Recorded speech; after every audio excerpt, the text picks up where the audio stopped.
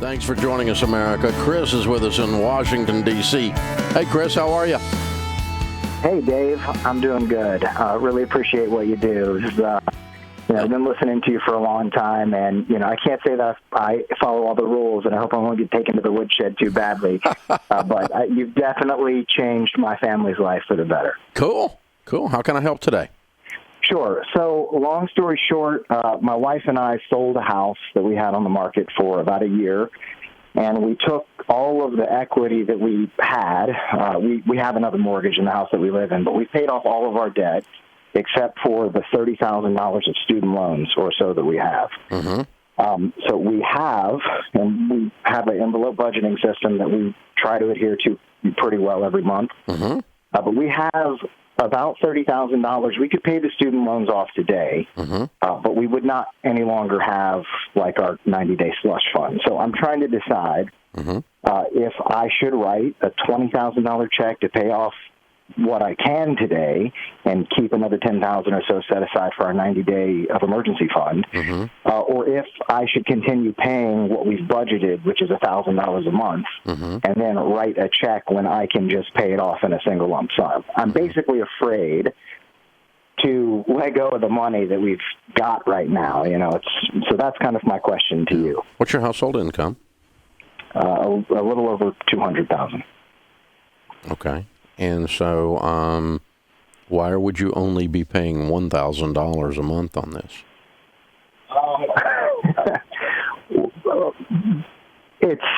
I would say,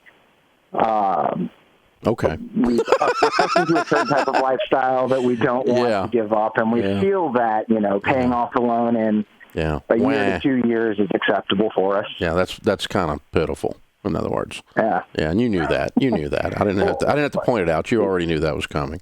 Part of it is we're putting about $2,000 a month into 401k. Yeah, and that's okay. Now let's stop. You said earlier in the conversation that you have been listening to me for a good while.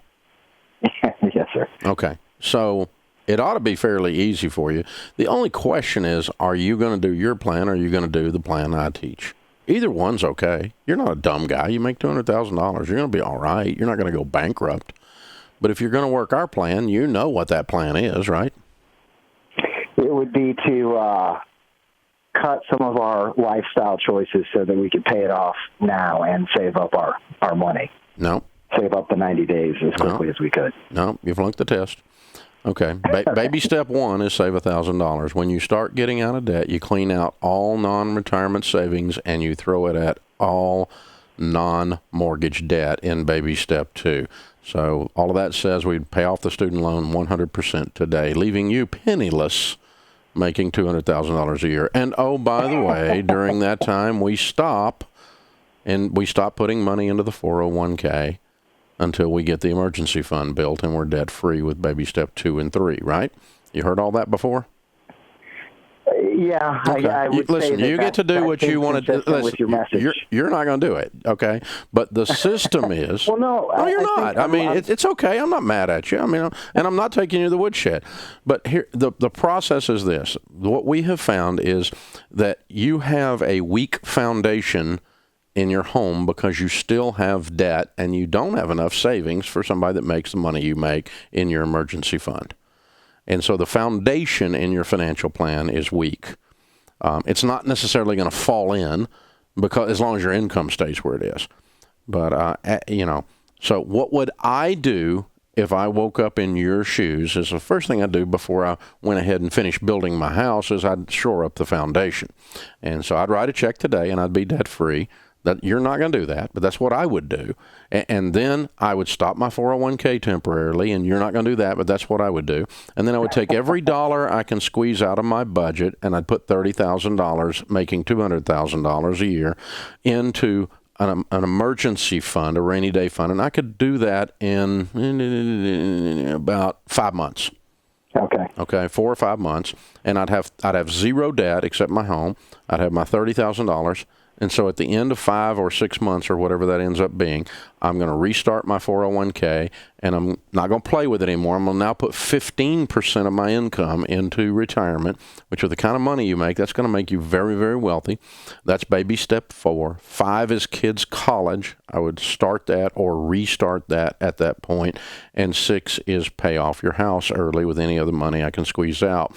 And what we're finding is, with all the millionaires that we've studied, the ones that have followed our stuff or the ones that have followed their own stuff, is they do, there's 2 things we see them all doing. They steadily invest in their 401k and they pay off their house early. And they avoid all other debt like the plague. Some of them have a credit card, much to my chagrin. I don't want them to even do that. I want them to have debit cards. But some of them actually have credit cards, but none of them carry a balance under any circumstances ever, and haven't in 30 or 40 years. They pay off their home in 10.2 years on average because they worked some semblance of what I'm laying out here. The problem with your situation is you're trying to do too many things at once. You make really good money and it covers up your mistakes. There's enough salve on this because of the income that you can limp along and be okay. You'll be okay, but you're not maximizing the opportunity that's at your disposal.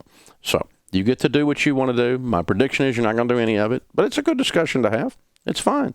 And again, I'm not calling you out. It's just, you make $200,000. You don't have to do it, and you don't, it scares you to death, and your wife will think you're crazy if you come back in and announce that that's what we're going to do, and all that's going to happen, and you're not going to do all that, and that's okay. It's okay. I appreciate having you a listener anyway, and hope we can continue to entertain you.